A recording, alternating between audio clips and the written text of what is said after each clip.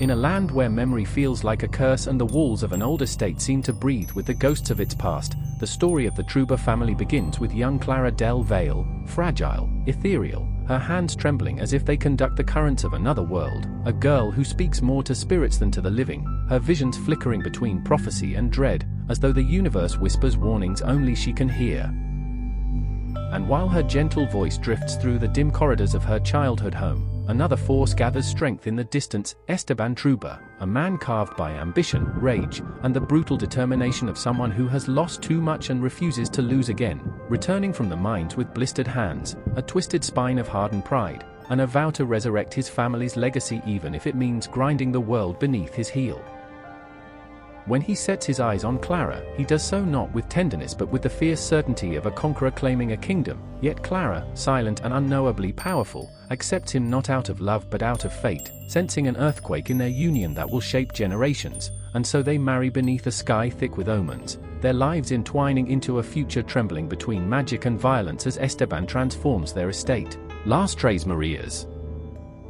into a domain ruled by his iron will, where peasants labor under the shadow of his fury while Clara, luminous as a candle in a storm, uses her clairvoyance to protect whoever she can, her notebooks filling with the whispered secrets of the dead who remind her that all empires, even those forged by rage, eventually crumble. Years pass like slow-moving storms, wars simmer in the distance, revolutions crack the soil beneath their feet, and in the heart of this shifting world grows Blanca, their daughter, soft-spoken but unbreakably stubborn, who finds herself drawn to Pedro Tercero Garcia, a young idealist whose songs carry the heartbeat of rebellion, their forbidden love blooming like fire in moonlit barns and hidden fields, even as Esteban, blinded by pride and terrified of losing control, vows to destroy Pedro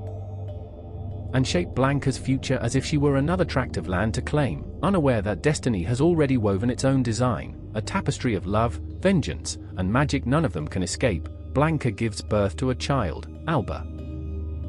Bright-eyed, curious Alba, whose childhood is shaped by the warm mysticism of Clara and the cold, shaking rage of Esteban, who feels the foundation of his authority cracking with every passing year as political unrest spreads across the nation like drifting smoke, awakening the ghosts of Las Tres Marias and dredging up sins he hoped time had buried.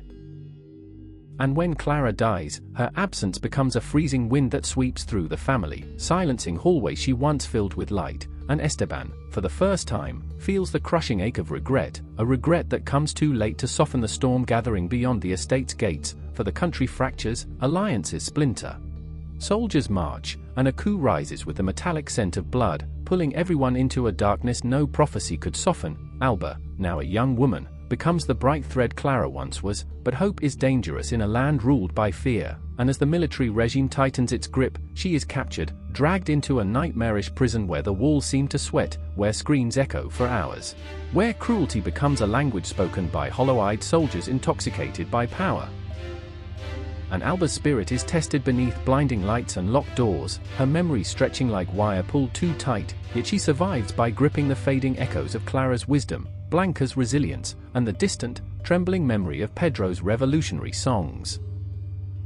When Esteban, now an old man brittle with guilt, learns she is missing, something ancient cracks within him, and using the last splinters of his influence, he pushes, pleads, threatens, and forces open the gates of the regime to rescue her, not as a tyrant, not as the patriarch he once believed himself to be, but as a desperate man trying to salvage the final fragile thread of his family.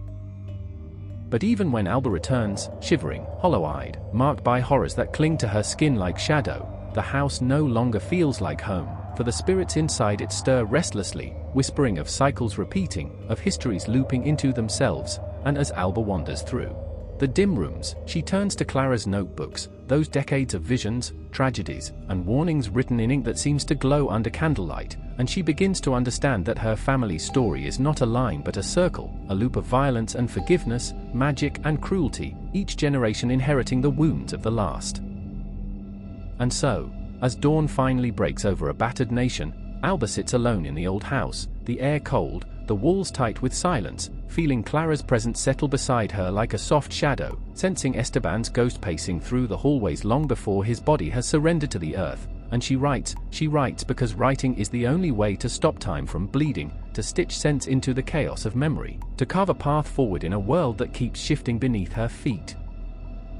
But as she sets the final words on the page, a sudden draft sweeps through the room. The candles shudder violently, and from deep within the walls comes a whisper, faint yet unmistakable, a voice she knows, a voice the house remembers, murmuring that the cycle is not over, that the darkness has only paused but not died. And as Alba slowly turns toward the sound, her heartbeat quickening like a warning drum, the screen fades to black, leaving us with one final question lingering in the silence.